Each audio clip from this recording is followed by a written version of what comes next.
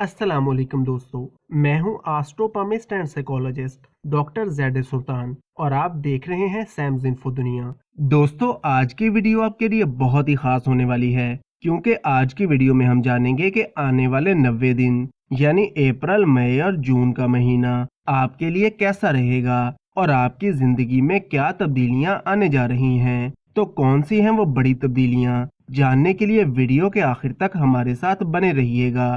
तो चलिए शुरू करते हैं हमारी आज की वीडियो। सबसे पहले हम अप्रैल, मई और फिर जून के बारे में जानेंगे। अप्रैल के महीने में मार्स आपके 3rd हाउस में रहेगा, तो काम का प्रेशर थोड़ा बढ़ सकता है और काम काज को लेकर थोड़ी ट्रैवलिंग भी हो सकती है। और अप्रैल के पहले 2 हफ्तों में काम काज को लेकर छोटी मोटी रुकावटें भी आ सकती हैं, लेकिन 14 अप्रैल के बाद जब सन आपके 1st हाउस में ट्रांजिट करेगा और वीनस आपके 2nd हाउस में जाएगा, तो काम काज को लेकर जो रुकावटें और मुश्किलात आ रही थीं वो दूर होना शुरू हो जाएंगी। और सन के 14 अप्रैल से लेकर 14 मई तक आपके 1st हाउस में होने से इस टाइम के दौरान आपको कोई अचीवमेंट मिल सकती है या कोई नेम फेम मिल सकता है, जॉब में प्रमोशन मिल सकता है।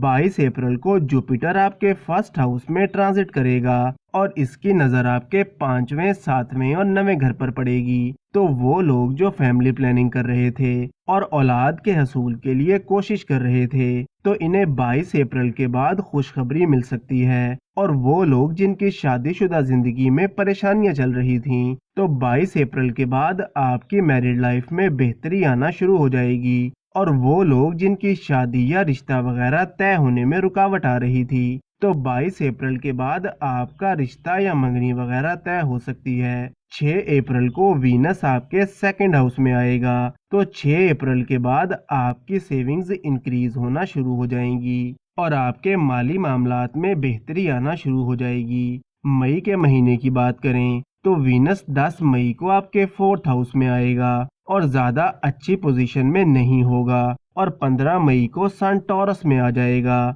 तो मई के महीने में कोई बड़ी इन्वेस्टमेंट ना करें या जल्दबाजी में कोई भी बड़ा फैसला ना करें और अपने गुस्से पर भी काबू रखें, वरना नुकसान भी हो सकता है। कोई बड़ी इन्वेस्टमेंट करना चाहते हैं तो इसके लिए अप्रैल और जून का महीना ज्यादा अच्छा रहेगा। इसके अलावा मई के महीने में आपको अपने मैरिड लाइफ में थोड़ा मोहतात होकर चलना होगा, क्योंकि आपके लाइफ पार्टनर को छोटी छोटी बातों को लेकर गुस्सा आ सकता है और बिला वजह के आर्गुमेंट्स हो सकते हैं। लेकिन जून का महीना आपकी मैरिड लाइफ के लिए काफी अच्छा रहेगा। आपके लव रिलेशन की बात करें तो 14 अप्रैल से पहले आपको अपने लव रिलेशन में थोड़ा मोहतात होकर चलना होगा, लेकिन 14 अप्रैल से 14 जून तक का टाइम आपके लव रिलेशन के लिए काफी अच्छा रहेगा। आपकी अंडरस्टैंडिंग बढ़ेगी। जुपिटर 22 अप्रैल को आपके 1st हाउस में आएगा, तो वो लोग जो जॉब की तलाश में हैं,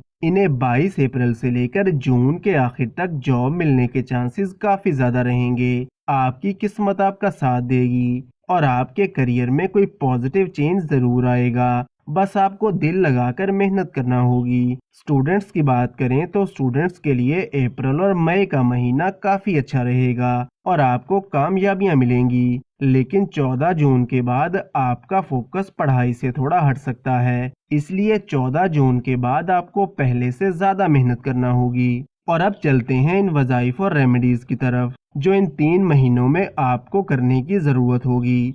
सबसे पहले नमाज की पाबंदी जरूर करें और हर नमाज के बाद या नाफियों का विर्द 101 मरतबा जरूर करें और मंगल के दिन हस्बे तौफीक सदका और खैरात जरूर करें। वीडियो को लाइक और कमेंट सेक्शन में अपनी राय का इजहार जरूर करें और रोज ऐसी बहुत सी इन्फॉर्मेशन के लिए हमारे साथ बने रहिएगा।